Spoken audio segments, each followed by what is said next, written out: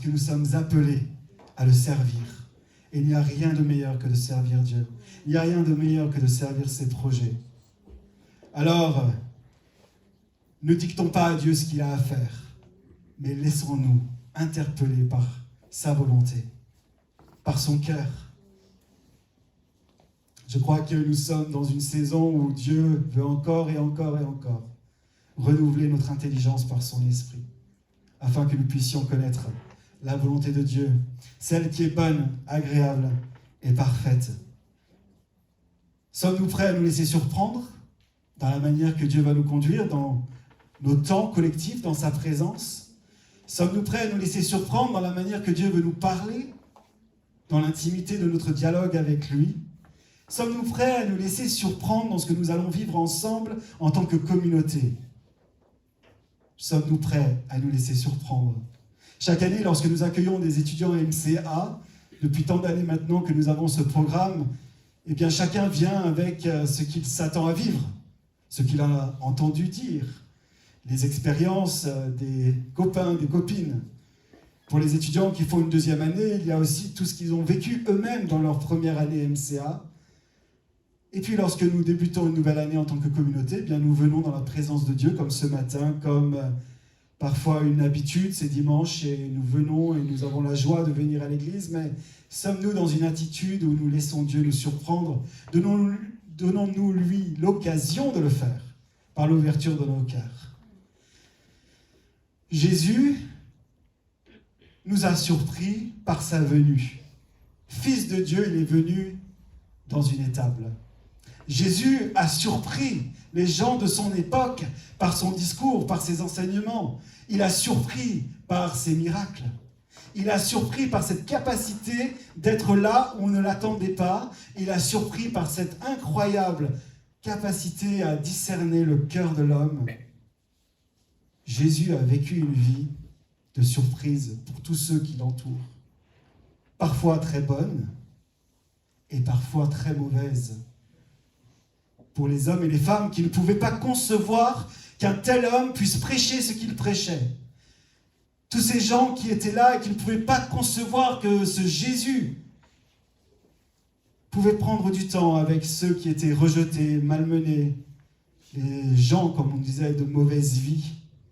Et pourtant, Jésus était là où il devait être, plein d'amour, plein de grâce, plein de force, pour confronter tout ce qui était religieux, pour confronter tout ce qui était à l'encontre de la représentation du cœur de Père. Jésus a vécu une vie surprenante. Et nous avons célébré ce Dieu encore aujourd'hui. Si Jésus a surpris à travers sa naissance, à travers sa vie, il a surpris d'autant plus à travers sa mort. Imaginez-vous, alors que les disciples étaient préparés, entre guillemets, par Christ lui-même, à vivre une séparation, lorsque les clous ont été plantés dans ses mains et dans ses pieds. Les disciples, qui pour la plupart d'entre eux étaient bien loin à ce moment-là, mais Jean, ce disciple qui était jusqu'au bout, au pied de la croix, qu'a-t-il pensé à ce moment-là? Quelle surprise! Quel événement! Quel drame! Jésus a surpris par sa mort. Mais gloire soit rendue à Dieu. Il a tellement surpris par sa résurrection. Tellement surpris par sa résurrection. Et si nous sommes rassemblés en ce lieu, c'est pour célébrer la vie de la résurrection. Christ a surpris son époque et il a surpris toute l'humanité par sa naissance, par sa vie, par sa mort et sa résurrection. L'Esprit de Dieu qui agit en nous, l'Esprit de Dieu alors que nous sommes fils et filles de Dieu, est un esprit surprenant qui veut nous amener dans des dimensions nouvelles de l'expression de la vie avec lui. Sommes-nous prêts à nous laisser surprendre? Sommes-nous prêts à accueillir la surprise de Dieu, le surprenant de Dieu, dans le quotidien de nos vies? Parfois, lorsque nous voulons vivre quelque chose de nouveau avec Dieu, nous Pensons que cela peut se faire lorsque nous avons l'occasion de partir dans une formation, telle que MCA. Et ça peut être le cas. Parfois, nous pouvons penser qu'il s'agit de faire un voyage et de partir au loin. Et ça peut être le cas si telle est la conduite de Dieu. Mais j'aime à dire que dans le quotidien de nos vies, dans nos gestes simples du quotidien, Dieu veut nous surprendre. À partir du moment où nous ouvrons les yeux sur sa présence, à partir du moment où nous discernons qu'il est là, et que dans ce là, il y a tout ce qui est suffisant pour venir à la rencontre de tout ce qui est figé, tout ce qui est rigide en nous, tout ce qui peut être parfois bloqué par le poids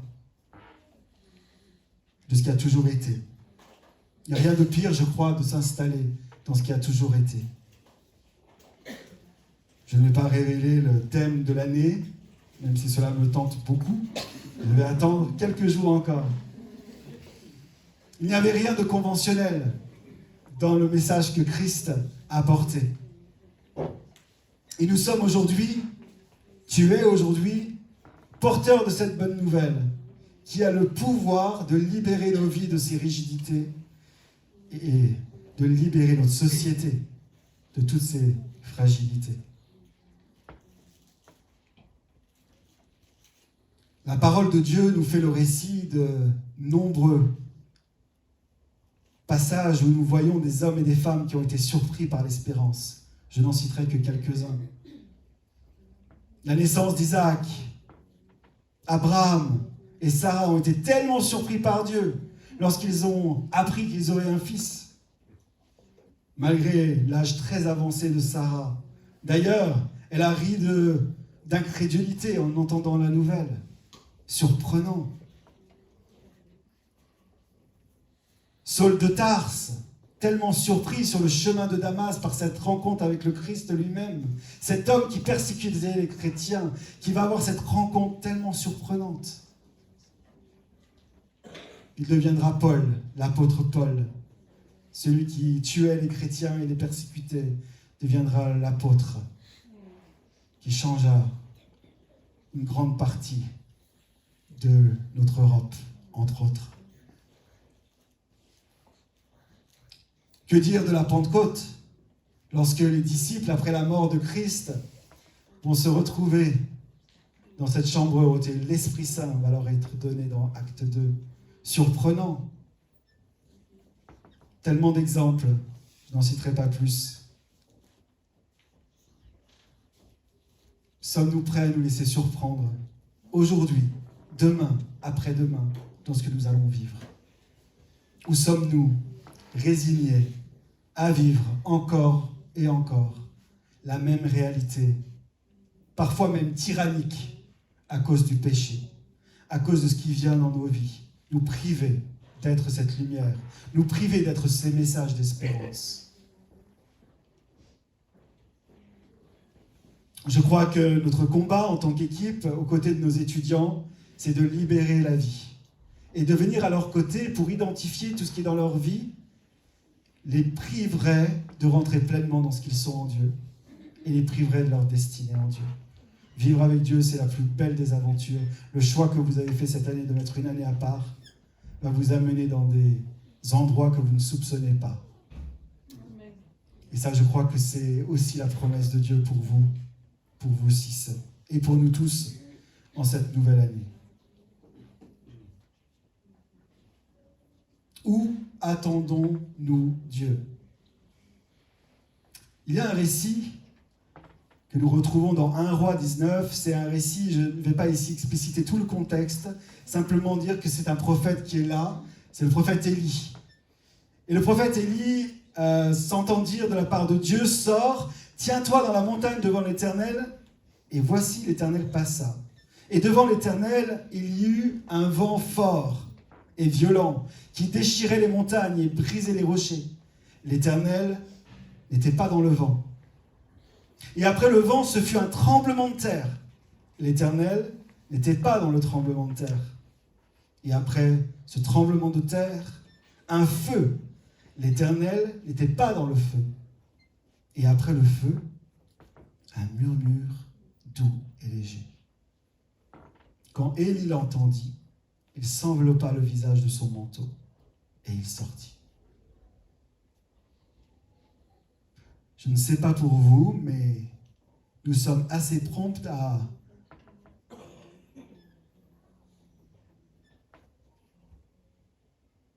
croire que Dieu va nous parler d'une certaine manière. Parce qu'il l'a déjà fait dans le passé. La parole de Dieu nous dit qu'il parle tantôt d'une manière, tantôt d'une autre.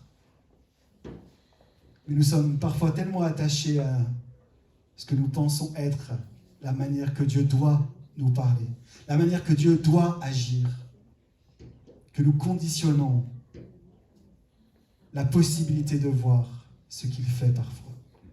Nous conditionnons parfois la possibilité d'ouvrir les yeux sur ce qu'il est en train d'opérer dans nos vies, dans la vie de ceux que nous aimons, dans la vie de nos collègues, dans la vie de nos quartiers, dans la vie de nos cités. Élie s'attendait à ce que Dieu soit dans le vent impétueux, il connaissait la puissance de Dieu, il s'attendait à ce qu'il soit dans le tremblement de terre, dans le feu, mais Dieu est venu lui parler dans un murmure doux et léger. Qu'en sera-t-il pour nous? Dieu veut nous parler d'une manière particulière en cette rentrée, en cette saison. Puissions-nous accueillir sa manière incroyable d'agir afin que nous puissions non seulement entendre ce qu'il a à nous dire, mais entrer dans cette relation d'intimité avec lui, d'où en découlera une abondance de grâce et de bénédiction aussi. Dieu parle tantôt d'une manière, tantôt d'une autre, et le texte dans Job 33 nous dit « Et l'on n'y prend pas garde ». Je me suis souvent interrogé, non pas pour me culpabiliser, mais sur le fait de me demander si Dieu avait parlé tantôt d'une manière, tantôt d'une autre. Et j'étais finalement resté insensible à sa voix, parce que j'étais figé dans mes manières de faire, dans mes manières de penser, et même parfois dans ma manière de croire. Puissions-nous nous laisser surprendre par lui. Et je invite chaque étudiant cette année à être dans cette ouverture de cœur, à recevoir de Dieu, non pas les choses telles que vous pensez devoir les recevoir, mais telles que Dieu a pour vous.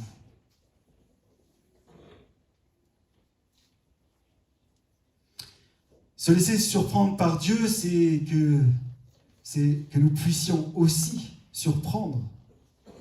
Non pas pour mettre le projecteur sur nos vies, mais pour que nous puissions être là où nous n'avons peut-être jamais été, afin que nous puissions parler des choses nouvelles telles que nous ne les avons jamais prononcées, afin que nous puissions toucher des vies telles que nous ne les avons jamais touchées. Si Jésus a été imprévisible, puissions-nous peut-être nous permettre de l'être imprévisible. Je suis passionné par les relations humaines, vous le savez, souvent j'observe le fait que nous savons tellement prévoir la réaction de l'autre, quelles que soient les équipes de travail.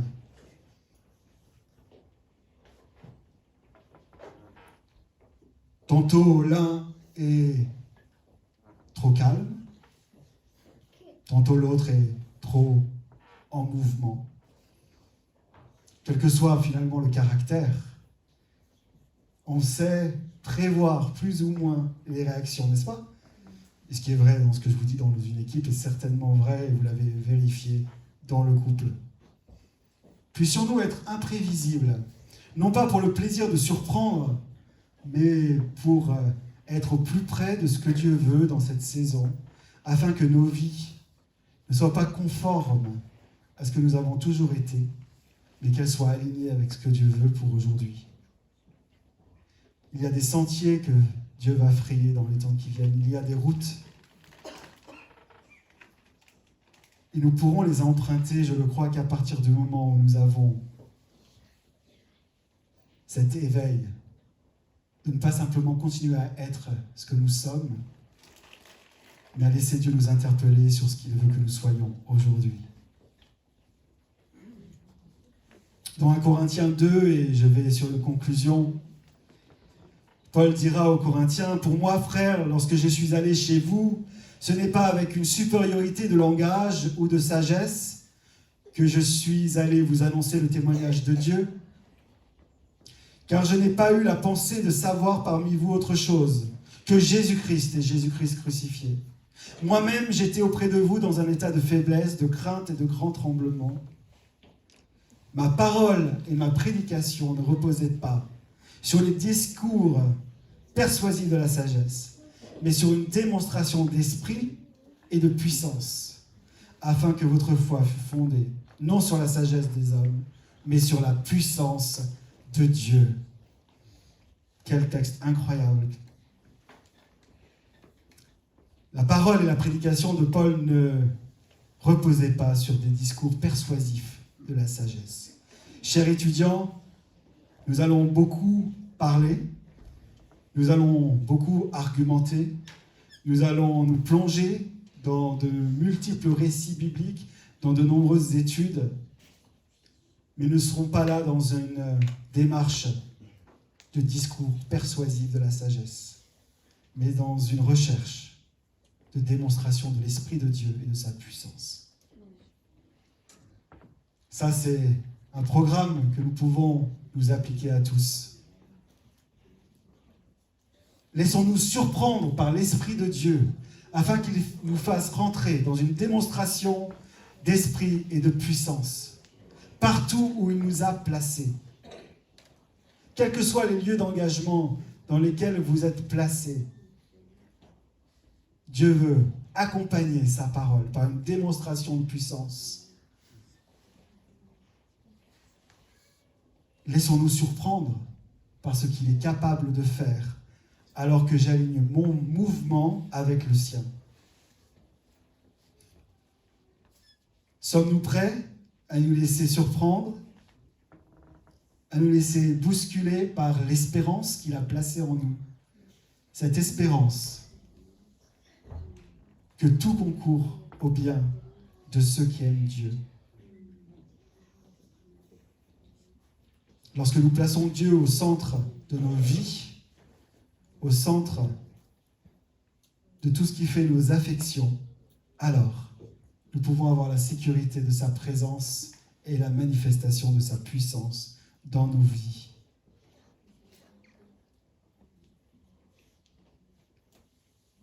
Ma prière, c'est que nous puissions ne plus nous reconnaître. Et si nous prenions rendez-vous dans un an, certains diraient dans 10 ans,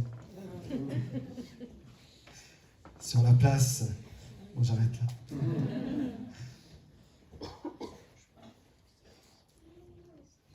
Se laisser surprendre par Dieu, c'est laisser Dieu être Dieu, tout simplement. Se laisser surprendre par Dieu, c'est laisser Dieu être Dieu, et c'est reconnaître que son désir est de se déverser dans nos cœurs, par son esprit, avec puissance, afin que nous puissions à notre tour nous déverser auprès d'autres, partout où il nous a placés. Amen. Amen. Je trouve que ce nouveau lieu, en tout cas cet espace ici, à travers tous les travaux qui ont été réalisés, est pour moi quelque chose qui me marque particulièrement parce que c'est annonciateur d'une nouvelle saison. Ce n'est pas juste, même si c'est le cas aussi, pour un confort et une économie énergétique. C'est annonciateur d'une nouvelle saison. Et j'aurai l'occasion peut-être de le redire, mais le fait d'avoir ces poutres apparentes encore, ça me parle de tout ce que Dieu a été, de tout ce que Dieu est, de tout ce qu'il sera pour nous. Il est tellement bon, il est tellement fidèle. Et si tu es là peut-être ce matin pour la première fois, si tu nous visites, que tu ne connais pas Dieu, je t'invite à ouvrir ton cœur afin que tu te laisses surprendre par ce qu'il est. À regarder peut-être tout ce qui a été bâti dans ta vie déjà, comme ces poutres, et que tu accueilles le nouveau, que tu accueilles le renouveau de ce que Dieu veut faire dans ta vie. Et si tu marches avec Dieu depuis 5, 10, 15, 20, 30, 40, 50, 60 ans, que tu puisses faire de la place encore, afin que tu sois surpris, comme tout à nouveau par l'espérance que Dieu a placée en toi. Laissons-nous surprendre par lui et laissons Dieu être pleinement Dieu. Père, je te remercie pour ce temps que nous vivons ensemble ce matin, pour la grâce que tu nous fais de vivre ce temps ensemble, dans la reconnaissance de ce que tu es. Nous reconnaissons ta bonté et ta fidélité. Nous te remercions pour nos 6 étudiants qui, cette année, font cet espace pour toi, pour se laisser surprendre par toi. Merci, Père, pour tout ce qui va être fait dans leur cœur, dans leur corps, dans leur âme, dans leur esprit. Merci pour cette démonstration d'esprit de puissance qu'ils vont pouvoir goûter. Seigneur, ma prière pour tous, c'est que nous puissions, dans les temps qui viennent, accueillir ton esprit. Ne pas passer à côté de ce que toi tu veux nous dire. Que nous puissions nous laisser transformer par toi, nous laisser rencontrer par toi, afin que ce que tu as décrété de toute éternité sur nos vies, et sur nos vies ensemble, celles que tu as tissées ensemble, que rien ne puisse venir freiner, réduire à l'échec ce que toi, tu as décrété. C'est pourquoi nous fixons nos regards sur toi, alors que nous allons nous séparer, nous fixons nos regards sur toi, et nous déclarons que tu es un Dieu fidèle et bon, fidèle et juste, que tu nous donnes cette assurance d'être avec toi. Merci pour la paix que tu donnes maintenant dans les cœurs. Merci pour la paix que tu donnes dans le cœur de chaque étudiant, dans le cœur de chaque famille. Quel que soit ce que vous traversez, quels que soient les défis, quelles que soient les transitions, quelles que soient les arrivées ou les départs, ma prière, c'est que vous ayez l'assurance que Dieu est là et que sa présence fait toute la différence. Alors que nous nous préparons à nous laisser surprendre par lui. Amen.